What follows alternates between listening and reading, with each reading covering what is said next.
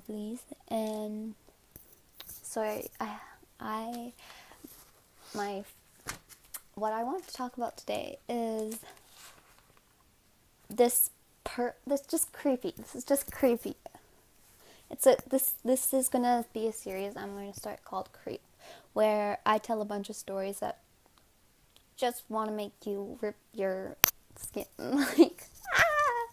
like if you really, really, really think about them, like think deeply into them, you're like, it's just scary how much goes unnoticed, like during like this time. It's crazy. So the first person I actually want to talk about is, I'm gonna make up my own name for him because like there's lots of people that talk about him on YouTube, and he is so creepy. So the game show Creep. I don't know if any of you have ever heard of him, but his name was Rodney Alcala. I'm sorry if I pronounced that wrong. I will put his name right here.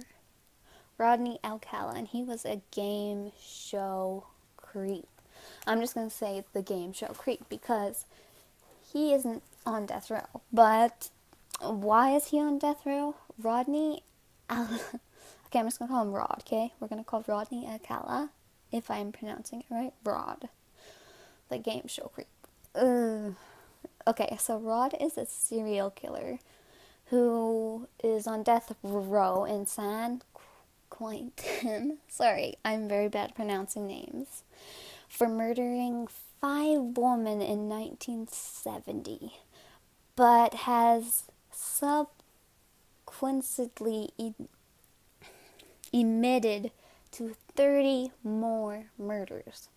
So this guy was led on a game show, but and he was a registered sex offender, rapist, everything. But no, the game show was just like, yeah, come on, yeah, come on, yeah, come on, yeah, come on, yeah, come on. So this game show was called The Dating Game, and you basically would get a whole bunch of questions, and then they would match you to the perfect guy. You know, it's kind of like The Bachelorette. So he is a murderer, and he was also under, like, they think that he has murdered even more and believed he is responsible for crazy 130 killings across the U.S. Mostly, I don't know for sure, but mostly female. So, and he was on the game show called The Dating Game, and he won the date. So luckily she did not go out on the date with him. She is okay. So thank God she was being watched by an angel. But he won the game show. The Dating Game was an ABC TV show, and it was basically like any game, like Family Feud, but the winner would go on the date with this beautiful girl. So they would ask questions and pick the winner based on who the girl believed had the biggest mustache, which, just think about, that is just, no, oh my God. And he was still let on to the game show, even though he was a rapist and registered sex offender. Like, if you're a registered sex offender, don't you have to go door to door, even if you just move into a house? How would you be let on a game show that lets you take a girl out for a date? Like, it does not make sense to me. I have notes here, sorry. So, just making sure I do not get any of these facts wrong. I don't want to hurt anyone, and I don't want to cause any rumors or fake things because I am posting this to the internet. But Rodney, our little game show creep, was introduced as a photographer. Yep, already, red flag right there. Most of his victims fell for the photographer act because it's a photographer, it's professional, it's work, it's a job, but they did not get paid in the way they would like to be paid at the end of the job. And I just can't believe that in our country we would let a registered sex offender on a game show, which is crazy. And I don't really want to get into the details of it, but I'm pretty sure he murdered and raped a lot of women, maybe even more than 130. We do not know. Luckily, he is away and out of here. So, yeah. So the next really creepy thing that creeps me out and makes me question, and like makes me want to look into it, but then I don't want to get involved, but I want to know. So the next creepy thing is the crying boy, or the fire boy, because he's so lit. Just kidding. Oh my god. Okay, and my depression kicks in. So the crying boy was a painting that was really, really. I will show some pictures. So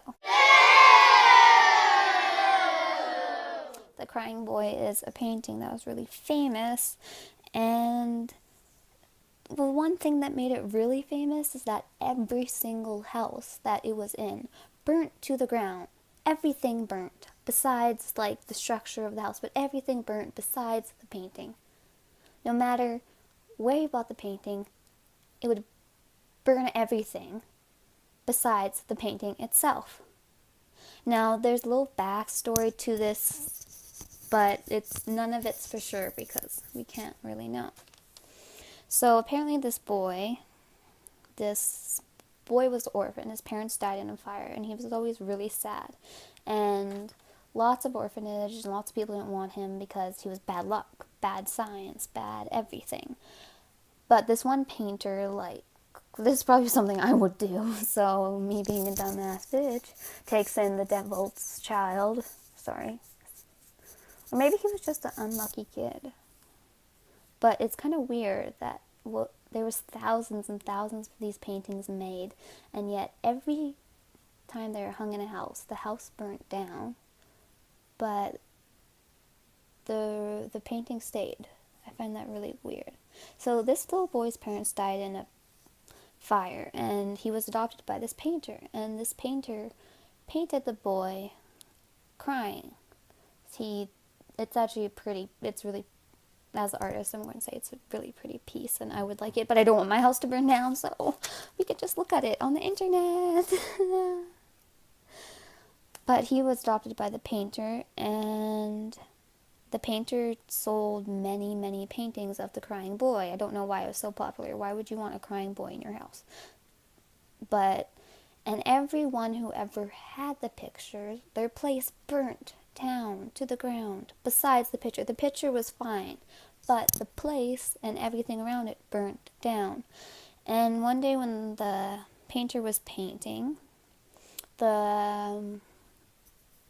his studio and place burnt down, and the painter was very, let's just say, with everything going on and hearing that the picture of the little boy he adopted and painted was burning down houses, kind of got anger to him. Well, wouldn't it get...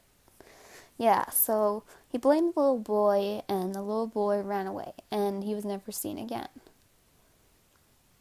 So that's like a dead end there. But I would really, really, really love to know more about this boy and what happened to him, and if he is like possessed, if he is a curse or anything.